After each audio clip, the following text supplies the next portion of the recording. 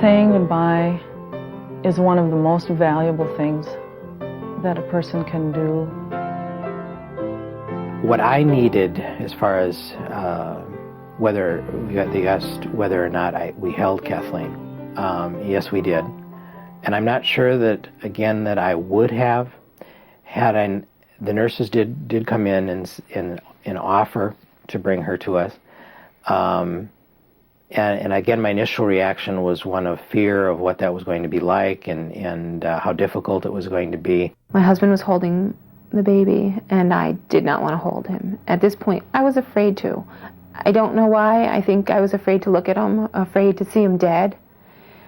So I remember telling Jeff, my husband, to come closer so I could peek at him. And I remember, peeking from my bed. And then, of course, when he came close enough, I had to touch him. And then once I touched him, I had to hold him.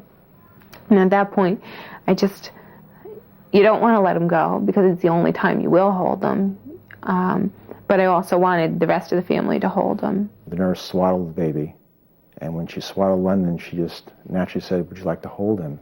and gave him to us and left the room. And it was just my wife and I having the chance to be there alone with him, to say hello to him and to say goodbye to him. Then to be with him.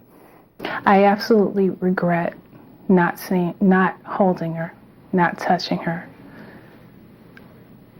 Unfortunately, the most important decisions that you have to make are when you're the most ill-prepared to make them. And I forgave myself for not being able to do that because I was not emotionally ready. Saying goodbye is one of the most valuable things that a person can do in this kind of situation, because first of all, you're waiting the whole time to see this child, and it's a very large incompletion if you have that opportunity and don't take it, because you'll always wonder. It's the only time that you can express your love physically to your child, to look at them, to hold them, to tell them that you love them. I know many people who have lost babies. I have never met anybody who saw their child and held their child and wished that they hadn't.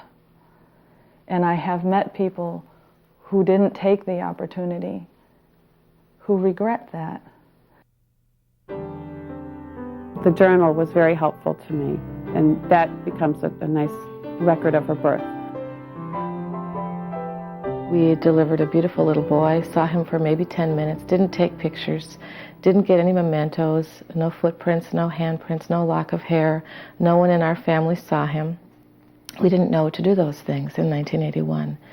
And then we had a little service. We discouraged people from coming, had him cremated, and it was all over. And I sat at home feeling empty and desolate, alone, misunderstanding what was going on, full of grief, not knowing even what grief was.